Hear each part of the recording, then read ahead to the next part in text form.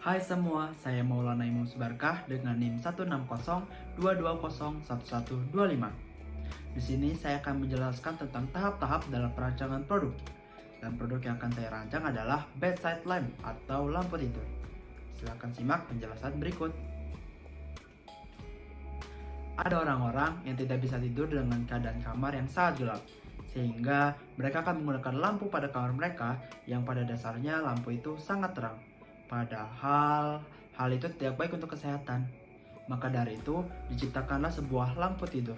Lampu yang bisa menerangi ruangan dengan cahaya yang redup, sehingga pengguna bisa nyaman tanpa harus tidur dalam keadaan yang sangat gelap.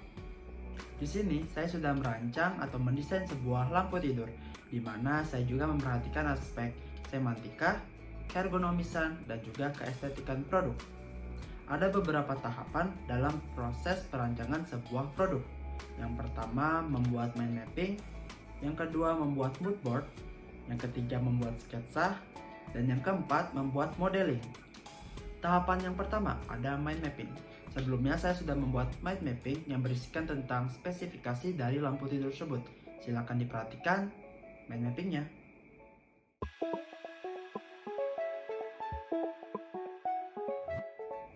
Tahapan yang kedua ada mood board. Setelah membuat mind mapping, saya juga sudah membuat mood board dari lampu tidur yang akan saya rancang, di mana fungsinya adalah untuk memvisualisasikan ide-ide yang sudah saya buat di mind mapping. Jadi, ketika kita akan membuat sketsa, kita sudah tahu visualisasi dari ide-ide yang akan kita curahkan pada sketsa nantinya. Mari kita lihat mood board yang saya sudah buat.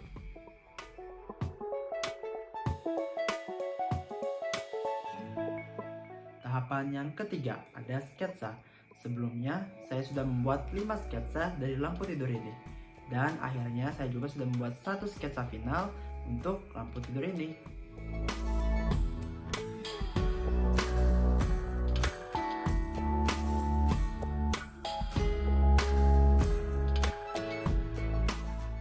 Setelah melihat tahapan yang pertama, kedua, dan ketiga, sekarang kita lanjut ke tahap selanjutnya, yaitu membuat prototype atau modeling. Pada tahap ini, saya menggunakan clay sebagai bahan dalam pembuatan 3D modelingnya. Karena bahan ini cepat kering, mudah didapat, dan juga mudah dibentuk. Jadi inilah 3D modeling yang sudah saya buat. Tentunya menggunakan clay sebagai bahannya.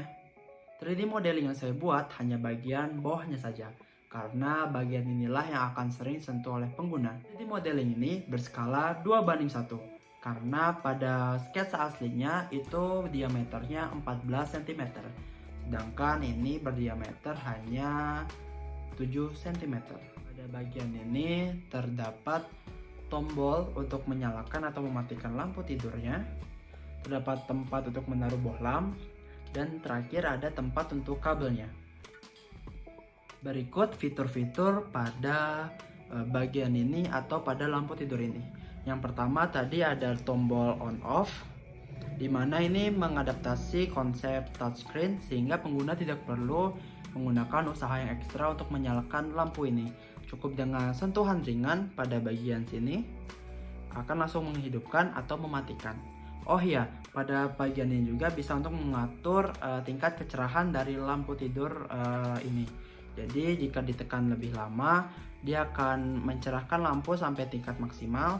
Lalu jika ditekan lebih lama lagi, dia akan menurunkan tingkat kecerahan dari lampu tidur tersebut.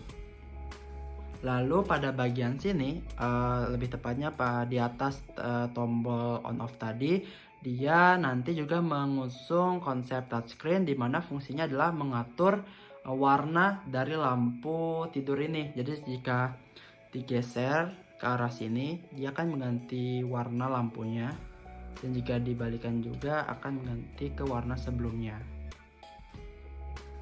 Sebelumnya saya juga sudah membuat modeling dari bohlam lampunya. Jadi ini bohlam bentuk dari bohlam lampunya, dan jika dipasang dia akan jadi seperti ini. Jadi ini penampakan jika pada bagian badan ini dipasang bohlam lampunya seperti ini. Lalu nanti produk ini itu akan ada kaca, material kaca sebagai pelengkap estetikanya, di mana material tersebut akan digunakan sebagai penutup dari lampu tidur ini.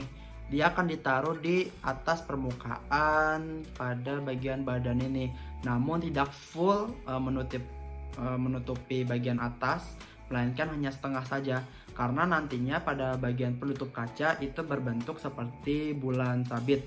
Jadi nanti dia akan sampai ke bagian sini saja, menutupinya akan sampai bagian ke sini saja, sehingga bagian tombol on off dan juga tadi sensor untuk mengganti warna lampu itu tidak akan tertutup oleh bagian kacanya. Lebih jelasnya mungkin teman-teman tadi sudah lihat di bagian sketsa, yang bagian atasnya itu adalah bagian penutup kaca untuk lampu tidur tersebut. Sekarang saya akan membahas tentang material yang digunakan pada produk ini nantinya, yakni dimana di bagian badan sini dia nanti akan menggunakan dua material, yakni kayu dan juga logam.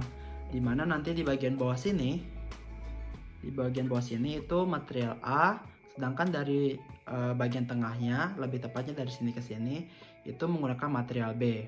Lalu yang sudah pasti adalah bagian kabel sini. Jadi di bagian kabel sini nanti, di bagian ringnya atau bagian yang luar sini, itu nanti menggunakan kayu sebagai ring atau tempat kabel dari lampu ini. Sedangkan tadi yang sudah saya jelaskan, di bagian atasnya nanti itu ada penutup kaca yang terbuat dari kaca yang berbentuk bulan sabit nantinya. Tambahan info, jadi sebelumnya pada bagian yang tadi, dimana ini untuk mengatur warna lampu dengan sistem touchscreen, itu saya terinspirasi atau mengadaptasi dari perangkat bernama Google Home. Jadi jika teman-teman tahu, di Google Home itu di bagian atasnya itu kita bisa mengatur volume dengan sentuhan tangan saja, jadi tidak perlu menggunakan tombol fisik.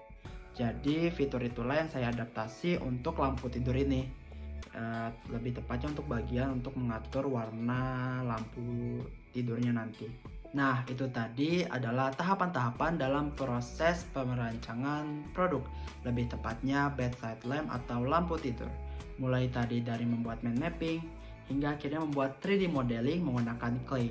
Semoga informasi atau hal-hal yang sudah saya sampaikan bermanfaat untuk teman-teman semua, dan juga semoga bisa memotivasi teman-teman semua untuk mencoba merancang sebuah produk. Sekian dari saya, terima kasih dan sampai jumpa.